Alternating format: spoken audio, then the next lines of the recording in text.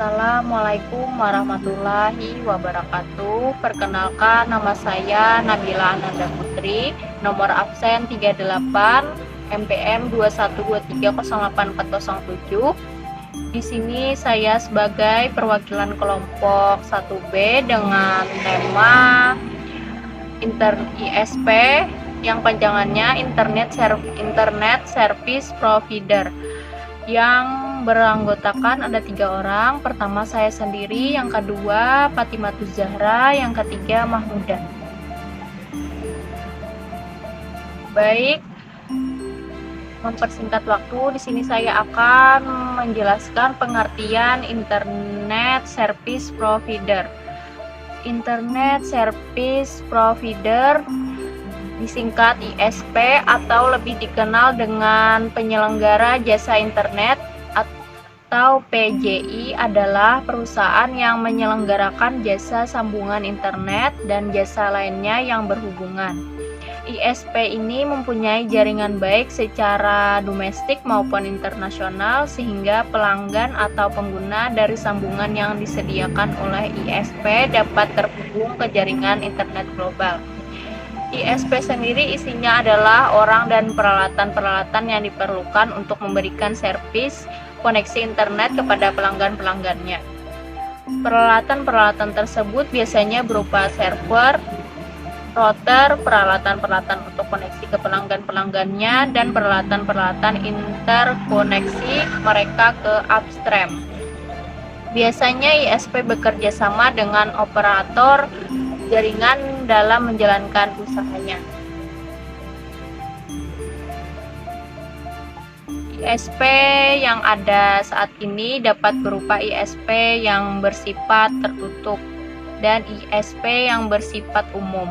1. ISP yang bersifat tertutup adalah lembaga atau badan yang hanya melayani atau dapat memberikan fasilitas jaringan internet kepada jaringan lokal dari lembaga atau badan tersebut.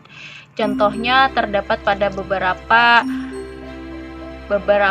departemen pemerintahan, lembaga perusahaan, ataupun lembaga pendidikan seperti universitas. Pemakaian yang terhubung ke ISP ini biasanya terbatas. 2. ISP yang bersifat umum. ISP yang dapat memberikan layanan kepada masyarakat luas, baik pribadi maupun lembaga yang ingin terkoneksi dengan jaringan internet.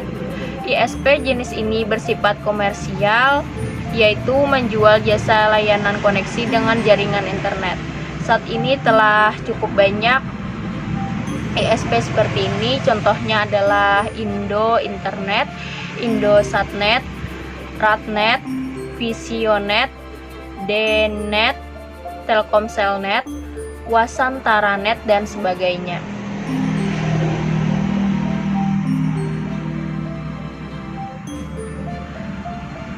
Klasifikasi dan jenis Internet Service Provider. Ada 2 tipe layanan ISP. 1. Dial on demand internet. Dial on demand ini adalah layanan internet di mana pelanggan tidak terkoneksi secara terus-menerus ke internet. Pelanggan akan dibebani biaya berdasarkan lamanya mereka terkoneksi ke internet. Contohnya layanan internet dial on demand adalah Telkomnet instan dari Telkom. 2. Dedicated Internet. Pelanggan yang menggunakan dedicated internet akan terhubung terus dengan internet 24/7.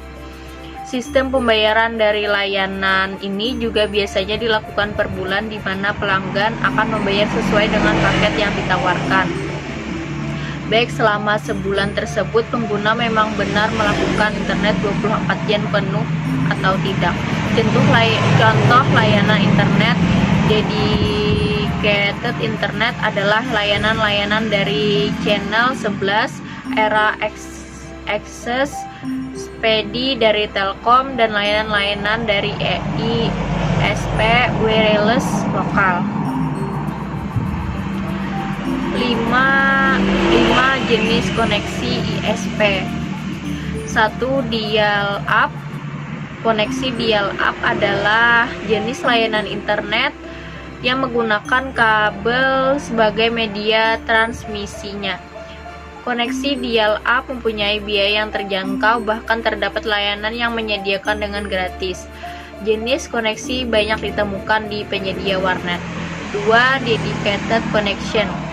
Jenis koneksi internet ini bersifat tetap menyala selama 24 jam. Jenis koneksi ini biasanya digunakan oleh perusahaan-perusahaan yang memiliki banyak komputer atau ruang terbuka yang membutuhkan koneksi internet. 3. Hotspot. Dalam penggunaannya, koneksi hotspot tidak perlu memakai kabel untuk dapat terhubung ke jaringan internet. Hotspot dapat ditemukan di tempat-tempat berkumpul seperti restoran, kafe, atau hotel. 4. Wireless. Koneksi wireless tidak perlu menggunakan media kabel karena menggunakan prinsip kerja WD Area Network.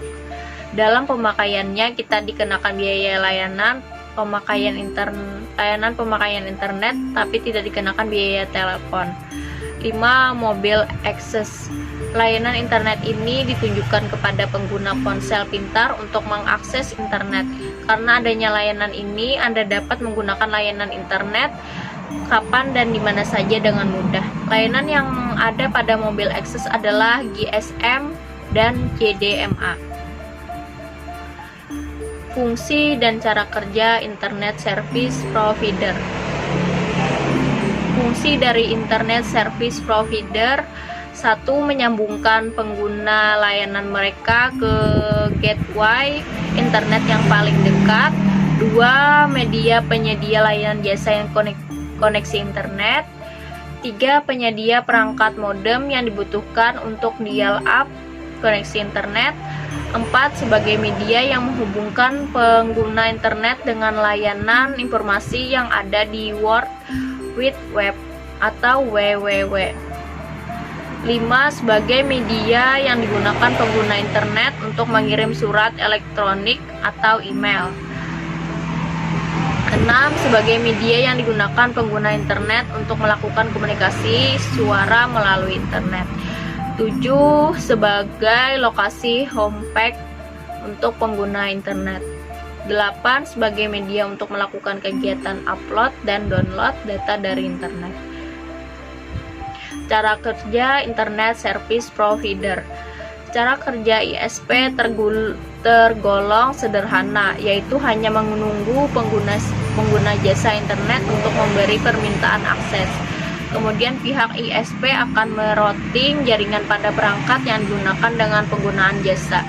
Bisa saja perangkat tersebut adalah handphone, modem, dan berbagai perangkat yang bisa digunakan untuk mengakses internet lainnya. ISP memverifikasi akun kita dan memberikan alamat IP ke modem kita. Setelah kita mendapatkan alamat email, kita akan terhubung ke internet.